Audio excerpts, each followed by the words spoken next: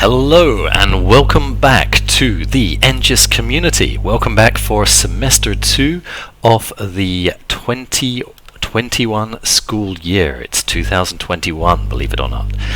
So we want to take a moment to welcome you back. I hope that you had a relaxing, enjoyable, rewarding break. I hope that you had time to disconnect from technology and just play and enjoy some much-deserved family time. We're very excited about the semester ahead, and in 2021, whether we're learning face-to-face or virtually, which still we're still waiting for a clarification on that, we will continue to prioritize our students' excellence in learning and their social and emotional well-being, which is something I think we've been doing a very good job of so far this school year. So, one thing we really want to talk about a lot this year, and I think it's something that's very important in our current working from home situation, is single tasking as opposed to multitasking. Can you single task?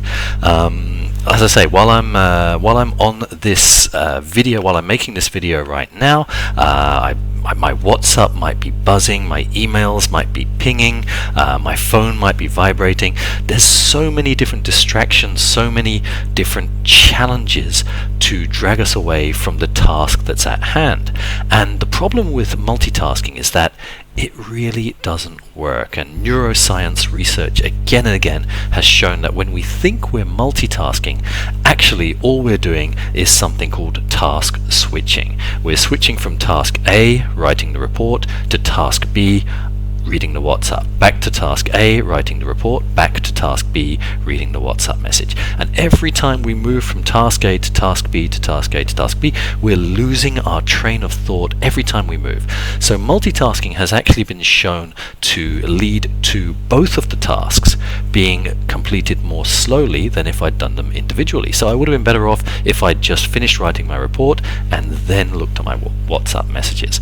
It's also been shown to temporarily lower your IQ by up to 15 points. So it's been shown to take an adult male and give him the IQ, in some cases, of an 8-year-old child. It's been shown to release the stress hormone cortisol, which leads to worse emotional regulation, makes it more likely for you to become angry. And I'm sure we've all had that experience where we're trying to do something and somebody's asking us questions and we get a little bit more frustrated than we normally would. And even listening to music, especially music with lyrics, causes a reduction in cognition and in cognitive ability, in our ability to think well. So studies show that also that we actually get worse at focusing on a single task if we regularly multitask. So multitasking isn't even something we can learn to do better with practice. So why do we keep doing it? Well, there's two reasons. One is that it feels very satisfying. When you're multitasking, you feel like a genius, like you're getting everything done, like you're getting lots and lots of things achieved, even though the opposite is actually true. And secondly, our brains have something called a novelty bias. We're always attracted for something new to think about. We often find what we're doing less interesting than the new thing over here. It's like that old saying, the grass is always greener on the other side. Our students, and this is where it gets really important, our students are also prone to multitasking. Their Instagrams, their Snapchats, their YouTube, their TikTok apps, those apps have been designed by teams of experts to attract and to keep our attention.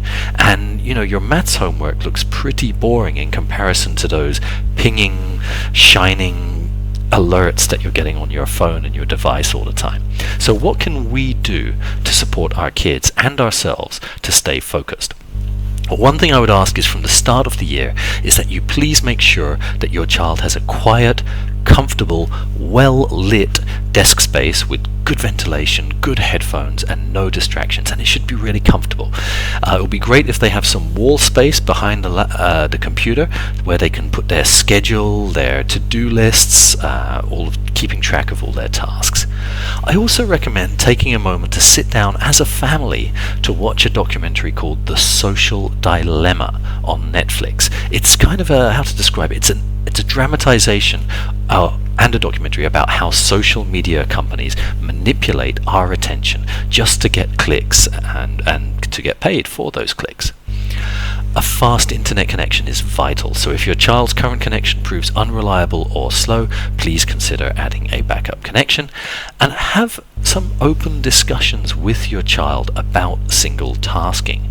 Talk about strategies and digital tools like the one called Stay Focused, and the importance of setting aside their phone, just like I've done here. I've set my phone well away from the computer and focusing on a single task in a single window on a single device in order to improve their learning. It will have a positive effect on their learning, on their achievement, on their assessment, and on their excellence. Finally, I'm sure many of you have been wondering about this, and it's still an ongoing question for all of us.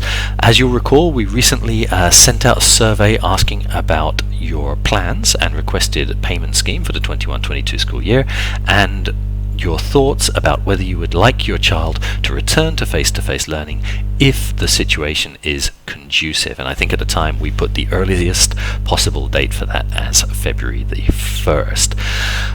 Thank you very much to all those of you who have already submitted your responses. A small number of you have not yet returned the digital form. If you have not yet done so, please submit the digital form this week, as it's vitally important for our school's planning processes and to make sure that we order the correct resources and materials, as well as save a place for your child for next school year, as well as planning ahead for the potential virtual learning, hybrid learning return.